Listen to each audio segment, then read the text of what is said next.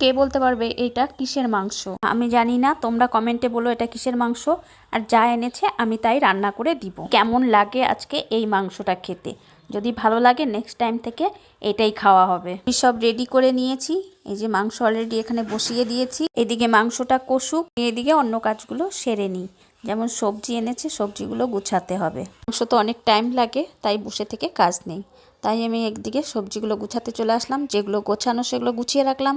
আর শাকটা নিব আমি কেটে। দেখো সাথে এনেছে বাদামি আলু। বাদামি আলুর সাইজগুলো বেশ বড় বড়। আগে একদিন আমি বাদামি আলুর ভিডিও দিয়েছিলাম রান্নার, তখন এক দিদিভাই বলেছিল তাদের ওখানে বাদামি আলুটা পাওয়া যায় না। আমাদের ওখানে পাওয়া যায় কি না কমেন্ট করো। দিকে শাক ঠাক ধুয়ে আমি আরেক গ্যাসে শাকটা বসিয়ে দিয়েছি। ডাল তো আমি আগেই করে রেখেছি, আমি জানি আমাকে ডাল করতে হবে, তাই সবার ফার্স্টে আমি ডাল করেই রাখি সব সময়। তাড়াতাড়ি করার জন্যই দুই গ্যাসেই বসিয়ে দিলাম। এদিকে আমি একটু স্যালাড কেটে নিলাম।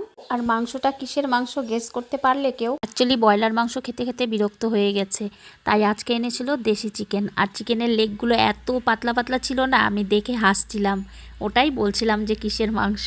যাই হোক, টেস্ট কিন্তু দারুণ হয়েছে। আমাদের রান্নাটা কেমন লাগলো কমেন্ট করো। টাটা।